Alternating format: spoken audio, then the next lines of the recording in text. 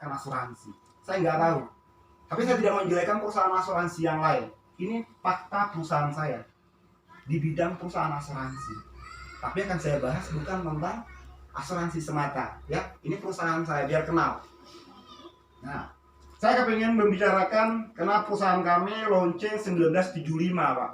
Didirikan tahun 1975, sudah 46 tahun bergerak di perusahaan asuransi. Saya tidak akan bahas 100% tentang poin asuransinya, tapi saya akan membahas tentang salah satu cara pemasaran terbaru kami.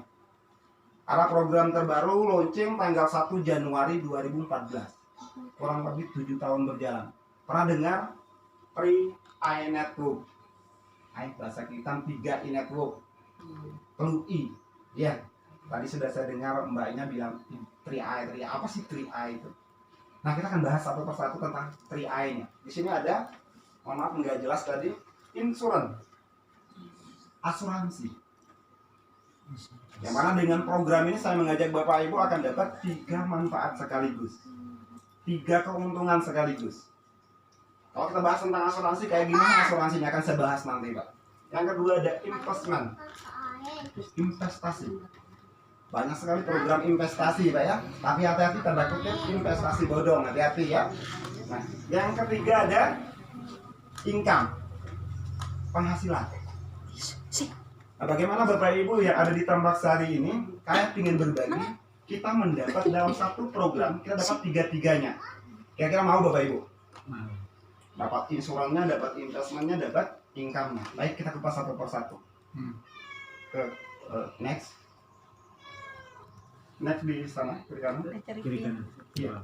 Ya. Sebelum saya kupas satu persatu, mohon maaf, saya tidak masuk menggurui Bapak Ibu sekalian. Tapi saya ingin mengajak Bapak Ibu untuk fokus melihat ke layar depan. Ada pertanyaan di sana, mengapa penting berasuransi dan berinvestasi? Ini biasanya masyarakat yang mengabaikan. Bagi saya pribadi, dusun kecil, jawabannya sangat penting. Bukan satu sangatnya, tapi banyak ya. Sangat penting. Kenapa?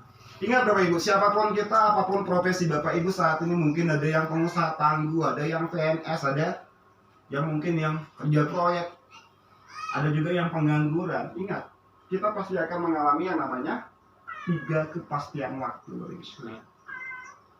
Nah, saya tidak menggurui ya. Pertama pasti sakit. Siapapun itu pasti sakit. Tapi kita berdoa mudah-mudahan tetap dalam keadaan sehat.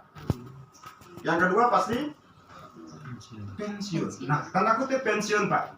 Pensiun itu artinya bukan tua, tapi berhenti bekerja sebenarnya. Kalau tua banyak juga yang nggak berhenti bekerja, tapi belum pernah merasakan pensiun ya. Yang ketiga pasti akan mengalami yang namanya Nah, mengapa 3 kepastian waktu ini saya bahas? Mohon maaf tidak bahasa Sumbawa ya, saya pakai bahasa nasional saja, takutnya Pak Edi nggak ngerti bahasa Sumbawa, soalnya ada bos kita dari luarnya juga. Nah, kenapa saya bahas 3 kepastian waktu ini? Karena 3 kepastian waktu ini selalu goncang akan keuangan kita, Bapak Ibu sekalian. Percaya atau tidaknya ini fakta. Apalagi saat ini kita lihat ada yang namanya sakit, pandemi COVID-19. Nggak ada, kita sudah kenal mewabah ya, musibah besar. Kalau kita sehat enak, tapi pertanyaan lihat teman-teman kita yang waktu sakit. Kemarin mungkin banyak uang, banyak bisa beli A, beli B, tapi pas tahu sakit, biasanya menguras uang yang ada. Yang kedua, pensiun. Kalau sekarang mohon maaf kita lihat kakak-kakak seperti mbaknya punya kerjaan ya, punya penghasilan, bisa beli A, bisa beli B dengan gajinya, atau Ibu Ros punya proyek besar kan, bisa beli A, bisa beli B. Pertanyaan saya, ayo kita lihat teman-teman kita, tetangga kita saja yang pensiun, mohon maaf jangan tersinggung. Ini fakta, Pak. Lihat pensiunnya. Rata-rata, mohon maaf, di garis mohon maaf, sangat memprihatinkan. Apalagi kita mengalami meninggal dunia. Next. Ini akan saya bahas, Kak. Nah, bukan saya yang ngomong masalah banyak sekali orang miskin, bukan saya yang ngomong. Tapi pada faktanya survei majalah Swasembada, dilihat Pak, ini bukan saya yang buat, 80% eksekutif terancam miskin di hari tua. Ini siapa tanda kutip eksekutifnya dan persentasenya. 80% eksekutif ini siapa sih? Katakanlah yang Honda ya, honor daerah, pegawai negeri eksekutif yang kerja di kantor bupati, gubernur.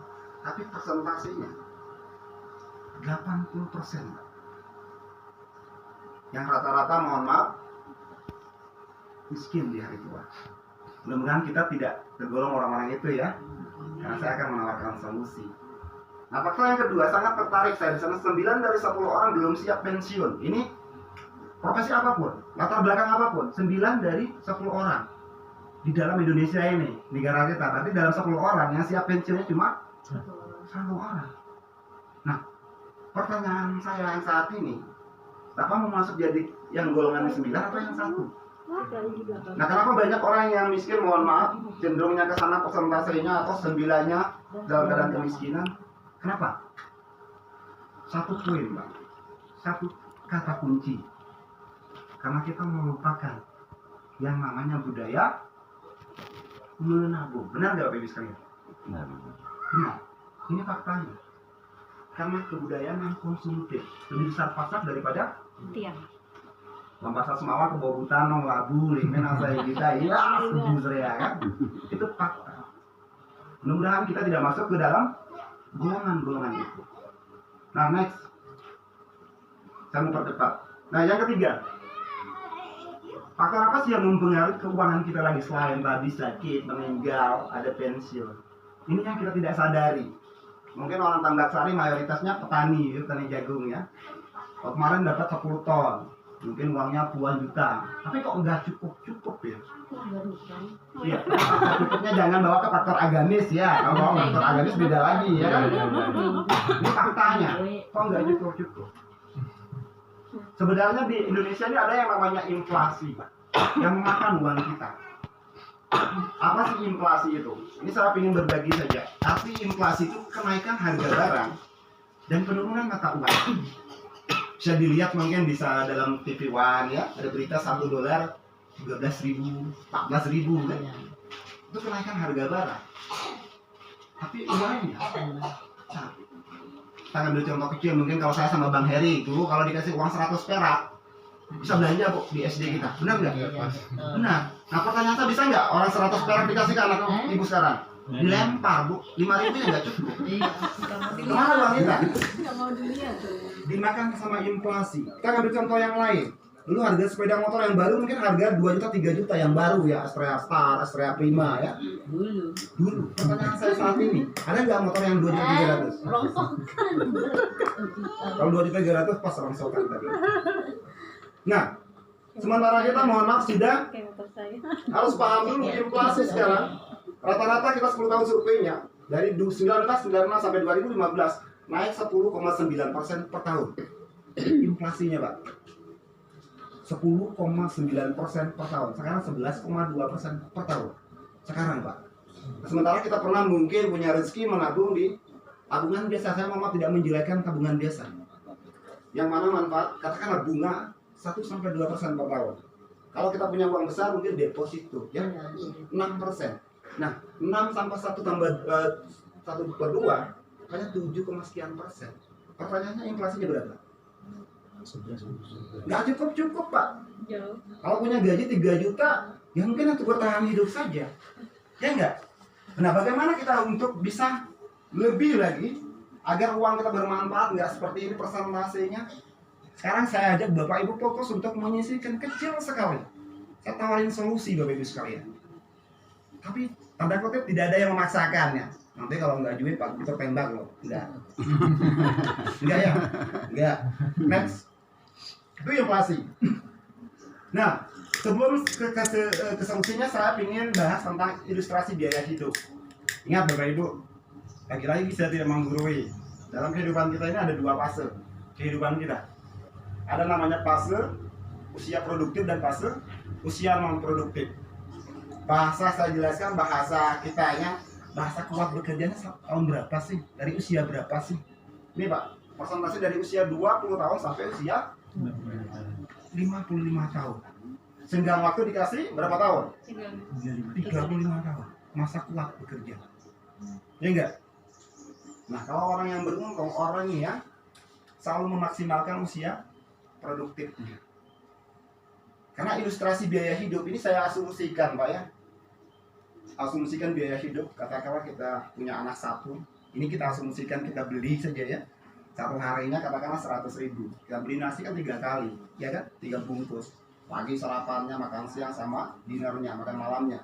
Nah, kalau 30.000 dikali 100.000 dikali 30 hari atau 1 bulan berapa Pak? 3 juta. Nah, pertanyaan saya bagaimana kalau penghasilannya 3 juta? Mungkin untuk bertahan? Iya, iya. Itu kalau satu bulannya, bagaimana kalau 1 tahun? 36 juta. Nah, pertanyaan saya bagaimana kalau masuk usia 55 tahun, kita diberi umur yang panjang, amin Bapak Ibu sekalian, sampai usia 75 tahun. Ini masuk masa non produktif, masa kita tidak kuat bekerja lagi, masa pensiun. Asumsi yang sama, masih asumsi yang sama. Untuk bertahan hidup, kita harus menyiapkan uang sebesar 20 tahunnya. Karena 55 sampai 75 punya senggang waktu 20 tahun. Kita harus siapkan 720 juta untuk bertahan hidup di usia pensiun kita. Pertanyaan saya Bapak Ibu sekalian, sudah nggak kita siapkan 720 jutanya? Ada yang sudah siapkan? Belum. Itulah yang terjadi. Mohon maaf, saya lagi-lagi kembali ke kata. Ini kita bicara tentang logis saja, logika saja Pak. Masuk akal kita saja, nggak usah kita bicara, mohon maaf, tentang ke atas lagi ya. Ini saja. Masa pensiun harus siapkan 720 juta. Arti pensiun sudah berhenti bekerja. Kok Pak? Kok kakek saya sudah umur 70 tahun masih ke sawah Pak? Tapi belum pensiun. Kenapa? Nggak menyiapkan. Yakin saya nggak menyiapkan Pak? Pakai tongkat masih ke sawah. Beda dengan orang luar sana kan. Kalau sudah 55 mendatang sama sepeda sama yayangannya jalan-jalan. Beda. Dua hal yang berbeda. Nah sekarang kita bagaimana? Bapak Ibu mau ikut yang 75 ke atas pakai tongkat atau mau 55-nya sudah sampai? Itu kan pertanyaan. Itu pilihan juga di Bapak Ibu sekalian. Next.